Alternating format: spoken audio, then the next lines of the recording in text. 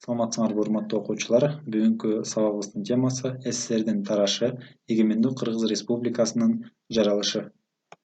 Сабактын планы: президентти шайлоо, эгемендүүлүк жөнүндө декларация, 1991 жылы болуп өткөн орчундуу окуялар, Жогорку Кеңештин мамлекеттик символдорду кабыл алуусу, КМШнын түзүлүшү.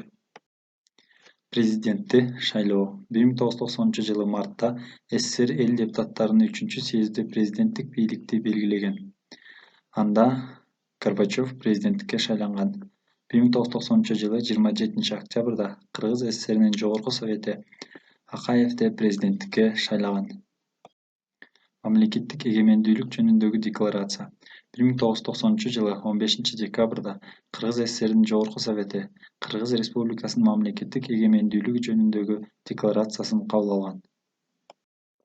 Кыргыз СССРинин областтарга бөлүнүшүнүн өркүндөтүү жөнүндөгү мыйзамы 1990-жылы декабрда чыккан. 1990-жылы 14-декабрда Чүй, Жалал Абад областтары түзүлүп, Нарын, Талас областтары калыбына келтирилген.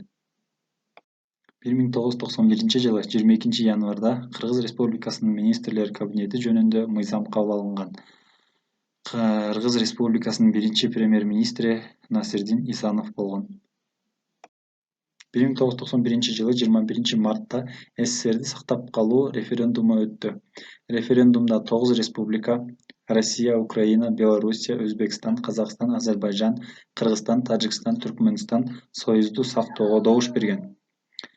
6 республика — Грузия, Латвия, Молдавия, Литва, Армения, Эстония 25% гана добуш беришкен. 1991-жылы 5-февралда Фрунзенин атын алып жүргөн борборго Бишкек деген баштапкы аталышты беришкен. Кыргызстандын мамлекеттик символдору. 1992-жылы 18-декабрда гимн кабыл алынган. 92-жылы 3-мартта туу кабыл алынган. 94-жылы 14-январда герб кабыл алынган. 93-жылы 5-майда Конституция кабыл алынган.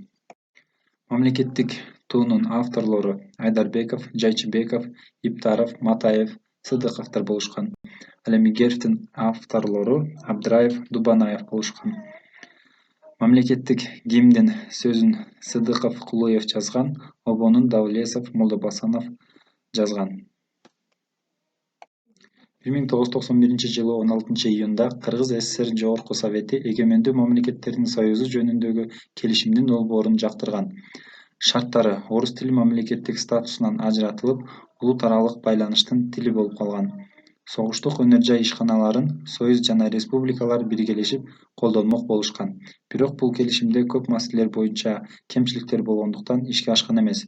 Өлкөдөгү консерваторлор бул келишимди Совет мамлекетин сатуу катары баалап, өлкөнү аскердик төңкүрүш менен сактап калууну чечишкен. Бул максатта алар СССРдеги өзгөчө абал боюнча мамлекеттик комитет түзүшкөн.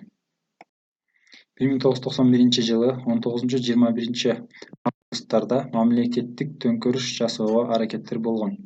Анын башында Ельцин турган.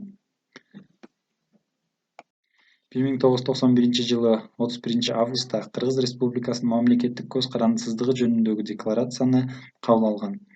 1991-жылы 3-декабрда Кыргыз Республикасынын улуттук гвардиясы түзүлгөн. Көз каранды эмес мамлекеттердин шериктештигинин түзүлүшү. 1991-жылы 8-декабрда Беларусь Республикасы, Россия Федерациясы, Украина көз каранды эмес мамлекеттердин шериктештигин түзүү келишимине кол коюшкан. 1991-жылы 21-декабрда Алматыда Беларусь, Россия, Украина, Молдавия, Азербайжан, Армения, Казакстан, Өзбекстан, Кыргызстан, Түркмөнстан, Тажикстан КМШны түзүү келишимине кол коюшкан. 1991-жылы 25-декабрда Горбачев бийликтен кеткен. СССРдин президентинин милдетин аткарууну токтоткондугун билдирген. КМШнын түзүлүшүнүн тарыхый мааниси. СССРдин кулашы жана КМШнын түзүлүшү мыйзам ченемдүү болгон. КМШга кирген мамлекеттер биргелешип ынтымакта жашоонун зарылчылыгын түшүнгөн. КМШнын маселелерин биргелешип тең укукта чечүү үчүн совет түзүлгөн. КМШга кирген мамлекеттердин чек аралары бөлүнгүс жана кол тийгиз деп таанылган. Бул процесс чыр-чатаксыз, кан төгүүсүз, тынчтык жол менен өткөн. Тема боюнча суроолор. Президенттик шайлоолор качан болгон? Кыргызстандын мамлекеттик эгемендүүлүгү жөнүндөгү декларацияга мүнөздөмө бергиле. СССРдин кыйрашынын белгилери кайсылар? СССРди сактап калууга болот беле?